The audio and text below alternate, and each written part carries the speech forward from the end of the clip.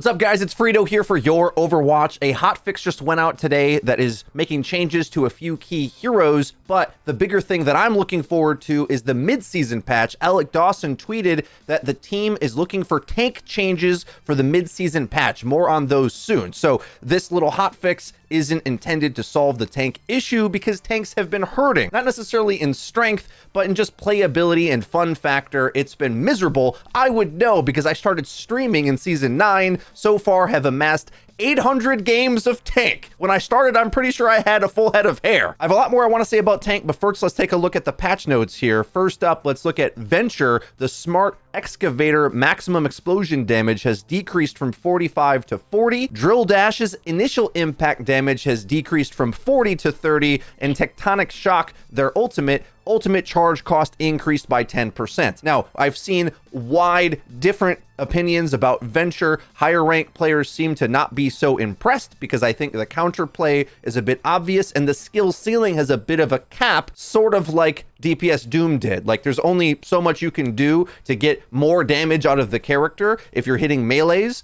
and while that's a little bit easier for a medium tier player in comparison to, let's say, a Widow headshot, as you get to the higher tiers where there's hit scan characters that can 2-tap you anyway, you don't really need to go do melees to get a big burst of damage because you could get that damage easier if you've got more insane aim playing Tracer or Genji or something. But I think for the average tier of player, this indicates to me that I was right in my assessment that Venture was a top tier DPS and getting a lot of offense without so much mechanical skill required, right? Like, still a difficult hero, but they're tuning them back seemingly because they must have been overperforming at most tiers. I don't think so at the highest tiers of play, though. Okay, we're gonna set Venture a little bit off to the side. Not necessarily the biggest problem for tanks, but does add to the situation because I think crowd control being more and more prevalent over time in Overwatch 2, even though that was a stated thing that they didn't want to have. Now that Lucio has an effective boop, they buffed that. Alari's got a boop, Brig got a boop, then there's Hindered Nade, and then Venture on the DPS role. You can really stack your entire team with crowd control if you want, and that's going to be an issue for tanks moving forward, and something that I hope they address. We'll talk about more of that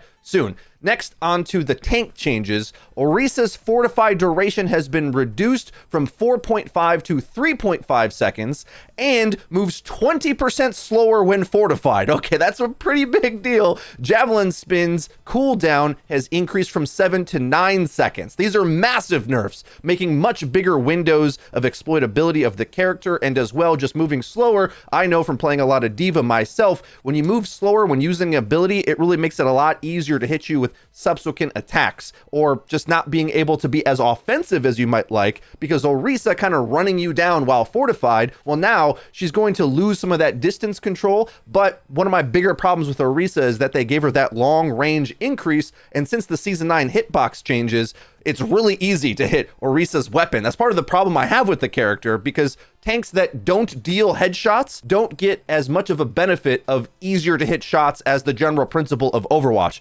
Orisa is one of the characters that does, and you can like snipe a Widowmaker from miles away now that you don't have damage fall off. Well, at very least now, at closer ranges, I think, for characters that kind of want to play flankier or have good movement, Orisa won't be able to continuously run at full speed and run it down with Fortify. It's going to be used to hold your position more, and you have to be more thoughtful on when you use these abilities because the windows are more open. It's going to be harder to close the distance on certain targets. There's certain matchups that I don't think play out as well as you might think, like Zarya versus Orisa. Supposed to be kind of a counter, and it can be, but because the Orisa is so much more effective at shooting your squishies at range than you are as the Zarya, you have to close the distance to do that. Orisa can shoot and then CC from range. The matchup is not as one-sided as it might need to be, but then that's more of a counterpick conversation, and maybe we don't even want that to begin with. But personally, I would like to be able to counterpick an Orisa because I don't like playing against them very much. Okay, the next change is going to be super massive to the game. It's kind of shocking they're going backwards on this, but we'll talk about it. I think it changes the entire game and maybe a better idea than you think. The damage roll passive healing reduction has been increased. Again, they're putting it back to 20%. Now, slow down before you go crazy about how this is going to ruin the game again. Personally, for me, I've kind of hated the mid-season patch of season 9, or like how they transferred a lot of the power, right? At the start of Season 9, it was all about Zen, big hit boxes, and a 20% damage passive. They were worried about that being too strong. They nerfed Zen into the ground. Then the game got very tanky and brawly, and this had some very important ramifications in my opinion. On top of that, they have a separate competing problem where they keep buffing healing numbers for some reason. So they're kind of contradicting themselves a bit with this big overhaul where they were trying to get healing down, but then they like buffed Lifeweaver's healing in the recent patch. Now they're buffing the DPS passive again, seemingly to combat the healing numbers. Stop power creeping the game in a big circle, okay guys? Let's aim at a target and actually go towards it. I think the game would play a lot better if they did that. But overall, I do like the damage passive being strong because the thing that I liked about it, the byproduct of what it did to make certain tanks better or worse, is that tanks that have damage denial abilities have a outmoded increased value, as opposed to what ended up happening. It started to play a little bit more brawly and sustainy, like it was the way they were trying to get away from. A character like Orisa that has abilities to just fortify themselves got better over time, whereas characters that maybe can support the team or deny damage on their teammates were less as good. So I kind of like this direction it's going. I think this is going to have a bigger stomp down effect on a character like Orisa than just her nerfs. Now I want to broaden the discussion a bit about the ramifications of the decisions they made with Season 9, hitbox changes, all of that, because there's things that I've found out about the game and how it's playing now. Because a lot of shots are easier to hit, when you pick a counter pick, in a lot of cases, it's more potent than it used to be because your execution against the thing you're supposed to counter is a bit more guaranteed. Like hitting a Pharah out of the sky as Widowmaker with a headshot is easier now, or me picking Tracer. I wasn't as good at Tracer, one of my worst DPS, but if the enemy's got a Widowmaker out in the back line, I'm able to blink and one clip her in the head, even though she's got more health. The play is a lot easier to execute. And then there's heroes, of course, mainly in the tank category, that haven't kept up with that cadence, like Reinhardt and Winston, a little bit lesser so because they did buff his damage and he has movement, but Rein is kind of the recipient of getting hit by these things. And there's certain matchups that are kind of annoying, like Zarya getting headshot by certain things. The burst of when you die is like super severe. It's like Zarya can either live forever or get insta-bursted because her head is easier to hit now. That's been kind of strange to experience, and there's certain characters that are better or worse at that. Orisa being one of them, that you're feeling like you're supposed to counter her, but if she lays in on you from medium range, just like a hit scan might, she can nuke you in the head, so you have to respect that. And part of that I don't mind so much, but I think the thing that I do not like whatsoever is how the crowd control has gradually crept up over time. And now we're playing a game where there's no hero bans, we've got 40 heroes and lots of crowd control options. So if you want to play a mobility style, the enemy legitimately can pick Cassidy or Mei and Venture, and then Ana, Brig, Lucio now has a very significant boop. A lot of the game can just boop you away. And a problem I have with this, and it reminds me of things that I did appreciate in Overwatch 1, I don't like the tank roll wide passive. I think it's a bit of a mistake. This is the thing that I wish they would look at and readdress, because it would be much more interesting to me if it played out similarly to aspects of Overwatch 1, not entirely, okay? I don't want the whole thing back, but there's certain things that I liked the counterplay of, because let's say a comp everybody hated, right? Double shield was really annoying, but one of the characters had resistances to being displaced, Orisa, but the Sigma didn't. So he was often exploitable by characters like Wrecking Ball, knocking the Sig miles out of the formation and being able to be focus fired.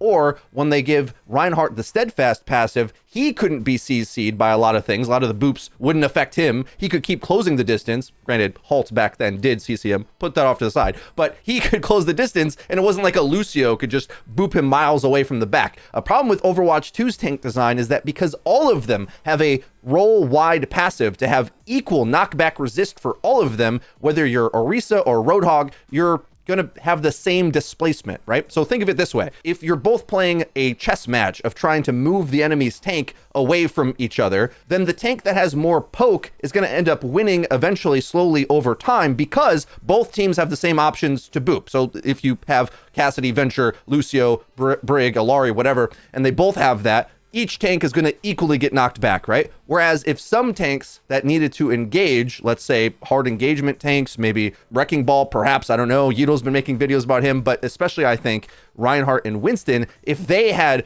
more of knockback resist as opposed to Orisa, who also has it, and on top of it has these other abilities that either add crowd control themselves or immune to crowd control themselves. They kind of just auto win that engagement. So that dumbs down the gameplay, in my opinion, where we could have much more interesting texture to the way we're counterpicking, whereas where tank gameplay has kind of devolved into in Overwatch 2 a lot of times is just going to cart with your tank, and does your tank counter the enemy's tank? A lot of the gameplay is that. Now, it doesn't have to be that. In a lot of maps where there's interesting geometry, you know, one of my favorite matchups is because I'm a diva player oftentimes, I don't mind the enemy picking Zarya in a lot of cases, as long as I can go use the high ground or play like a tracer in their backline and just go get kills on the squishies repeatedly. But as soon as I have to go take the cart, I just am slowly auto losing. And there's a lot of cases in the game where you don't have much of a better option other than to just do that. The more we get away from that and the more we get into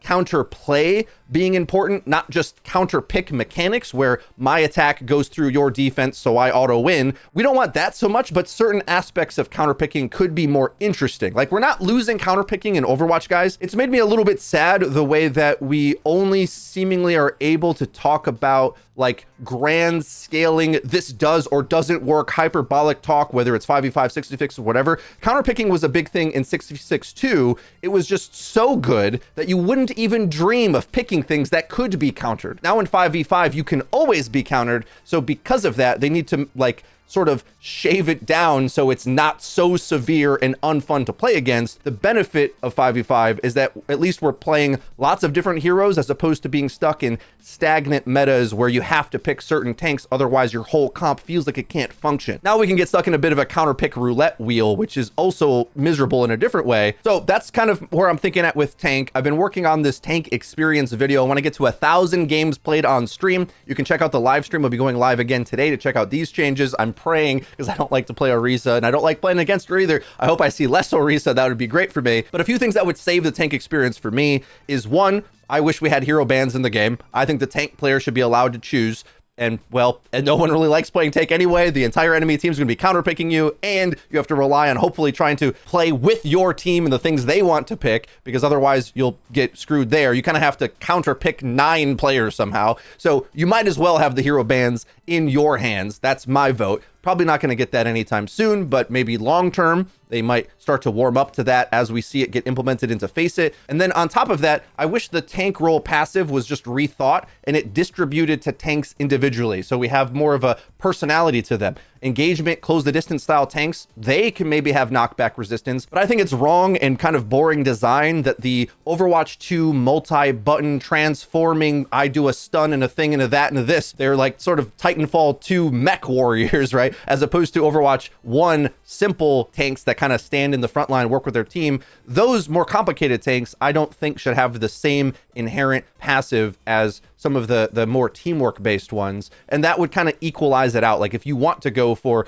Roadhog, a character I love, or some of these other characters, then you should have a bigger downside. Now, I think it's likely that this DPS passive is going to perform better for the meta than you think, kind of causing more movement to the game. But I think they are sort of missing a trick when they keep buffing healing numbers and then trying to buff the anti-healing numbers too. Like, come on, like figure out where you want. I don't know, they keep running in circles with this, but hopefully that mid-season balance patch improves things. Guys, come check out the stream. We'll be live right now as this video goes up. That's been it for me. I've been Frito for your Overwatch. I'll see you guys next time.